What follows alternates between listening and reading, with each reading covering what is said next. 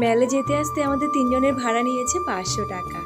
আমার কাছে মনে হয় এর থেকে আমাদের ওখানে ভালো ভালো জিনিস পাওয়া যায়।